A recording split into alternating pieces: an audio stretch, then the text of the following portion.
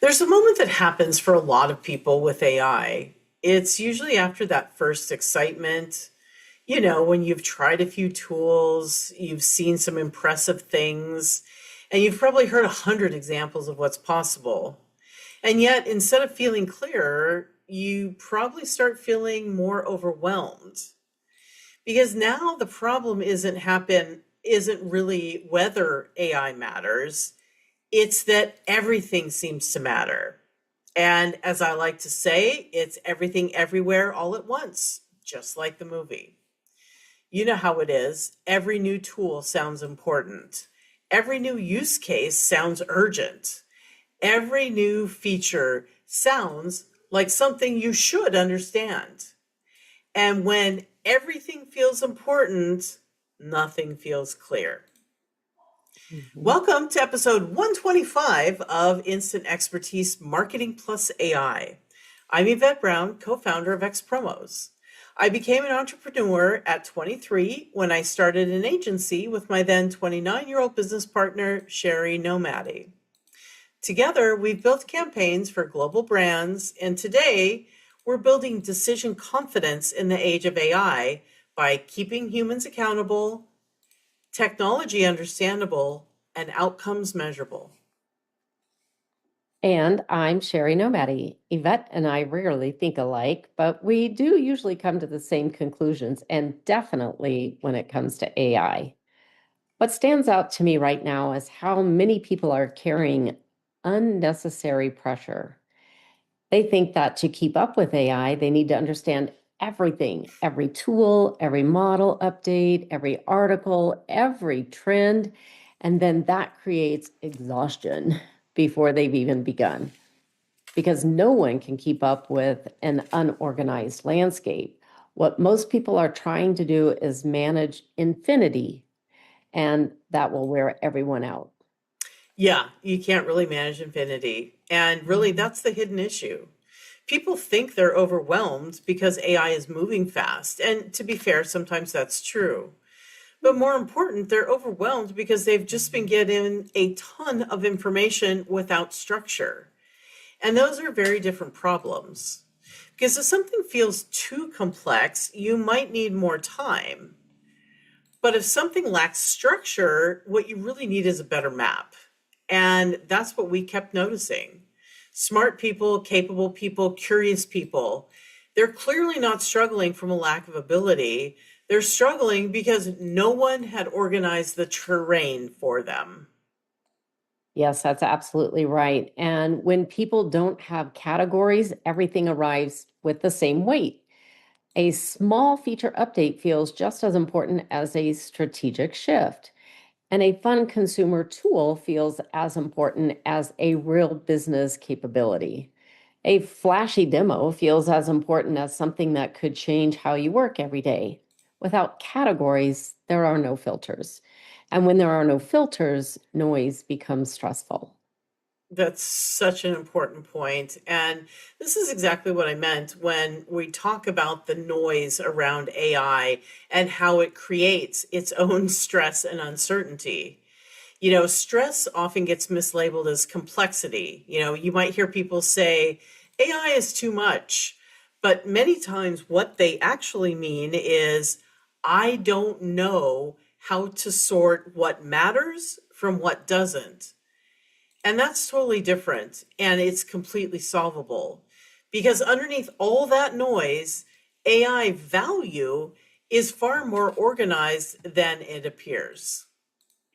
And once you see that, something shifts immediately. You stop trying to memorize the entire internet. You stop chasing every headline. You stop assuming that every new tool requires your attention. And instead, you start asking calmer questions like, where does this fit? That question alone reduces anxiety because now you're not reacting, you're actually evaluating. Yeah, it's kind of an elite level meditation vibe move to reduce stress and keep your cortisol at bay. That question alone that Sherry just surfaced was key to us being able to navigate the AI space without that constant high level of stress and uncertainty. And it led us to something that we keep seeing over and over again. Because no matter the tool, no matter the industry, no matter the use case, the value almost always landed in one of three places. Not 50 places, not in endless categories, not infinite choices, three. And once we saw that pattern clearly, it changed everything. Because suddenly AI stopped looking infinite. It started looking understandable. And that matters more than people realize. When something feels infinite, you freeze. But when something feels understandable, you actually engage. And that's the emotional shift structure creates. Yep. And so, let's walk through the three ways that AI creates value. The first one is work smarter. Okay. This is where most people begin because it's the most visible. AI can help you think through ideas. It can organize information. It can do drafts faster. It can summarize. It can compare options. It can reduce repetitive effort. In that way, it can compress time. It can reduce friction. It can help you move. And that's super valuable. But the thing is, many people stop there because they think that AI equals productivity, but that's really only one lane. Right. And even inside productivity, there's nuances because working smarter isn't just doing tasks faster. Sometimes it's thinking better or it's getting unstuck. It might even be seeing a clearer first draft. It's identifying the blind spots. It's using AI as a cognitive support system, not just a task machine. And that distinction matters because if all you see is automation, then you miss the augmentation.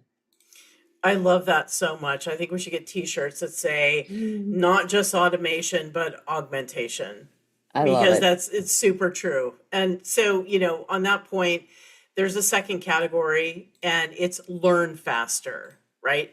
This one is massively underestimated. I love it so much. The reality Mhm. is AI can accelerate understanding. You can actually use AI to break down any complex topic. You can ask follow up questions. You can compare perspectives. You can simulate experts and you can build learning loops. In other words, if I was summarize all that, I would say AI can shorten the distance between confusion and competence.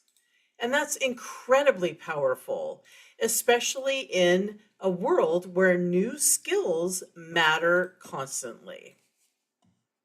And I think this is where many adults feel a fast relief because people often assume learning has to be slow and intimidating or super formal. But AI can make learning more conversational, more adaptive, even more private. You can ask what feels like a basic question without feeling embarrassed. You can repeat concepts until they click. You can learn at your pace. That's not a small shift. That changes access. Honestly, Sherry, beautifully said. That it's so true. No matter your learning style, no matter your pace, no matter the topic, no matter whether you want to go shallow because you want something for a cocktail conversation or deep because you're really interested, AI can accommodate and meet you where you're at. But there is a third category. We promise three and we always deliver. Um, Number three is see ahead. This is where AI starts helping with foresight. And it goes way beyond forecasting, which is what people always think of when they think of seeing ahead.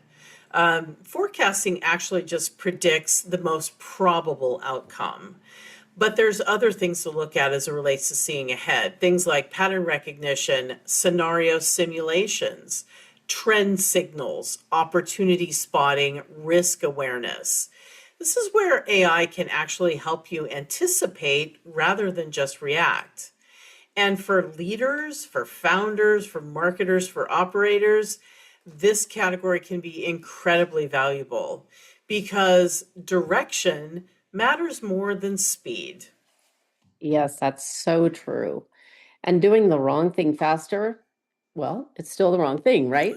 It's just faster. That's why foresight matters. Sometimes the biggest value of AI is not producing something, it's helping you notice something earlier, a shift in behavior, a weak signal, a risk that you had not considered, a better path that you weren't seeing. That kind of value can be quiet, but actually very enormous. Yeah, very true.